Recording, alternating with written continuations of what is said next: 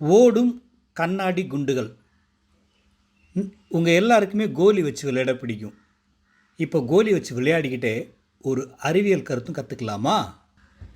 இந்த சோதனையில் செங்குத்தாக இல்லாமலும் ரொம்ப சாய்வாக இல்லாமலும் வளைஞ்ச பாதையில் போகக்கூடிய கண்ணாடி குண்டுகள் ஒரே நேரத்தில் இலக்கை அடையுதுன்னு கற்றுக்க போகிறோம். இந்த சோதனையை செய்ய நமக்கு தேவையான பொருட்கள் சாய்வாகவும் வளைஞ்சும் வெட்டப்பட்ட 2 கார்ட்போர்டு அட்டைகள், கண்ணாடி கோலி குண்டுகள், ஸ்கெட்ச் பேனா மற்றும் பழைய சிடி. வளைஞ்ச பகுதியை உருவாக்க ஒரு சிடியை எடுத்து அதோட ஓரத்தில் ஒரு சின்ன ஓட்டை போட்டுக்கணும். ஓட்டை வழியாக ஒரு ஸ்கெட்ச் பேனாவை சொருகிக்கணும். அப்புறம் அதை அப்படியே சிடியை பக்கத்தில் இருக்கிற தரையில் நேர்கோட்டில் சுற்றணும். அப்படி நாம் சுற்றுறப்போ வளைஞ்ச கோடுகளை உருவாக்கும். இந்த பாதையில் பயணிக்கிற கண்ணாடி குண்டுகள் எல்லாமே ஒரே நேரத்தில் இலக்கை அடையும்.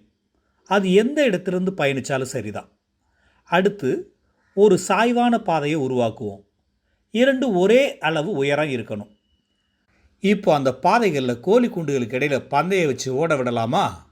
எது முதல்ல வரும்? இது நம்ம நல்லா பார்க்குறப்ப தான் தெரியுது.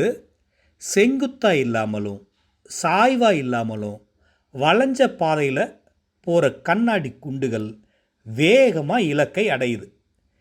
இயற்பியல் விதிப்படி வளைஞ்ச பகுதியில் பயணிக்கிற குண்டு இலக்கை அடைய எடுத்துக்கொள்ளும் நேரம் குறைவாக இருக்கும். அதுவே செங்குத்தான சாய்வான பகுதியில் பயணிக்கிறப்போ ஒரே அளவு நேரத்தை எடுத்துக்குது.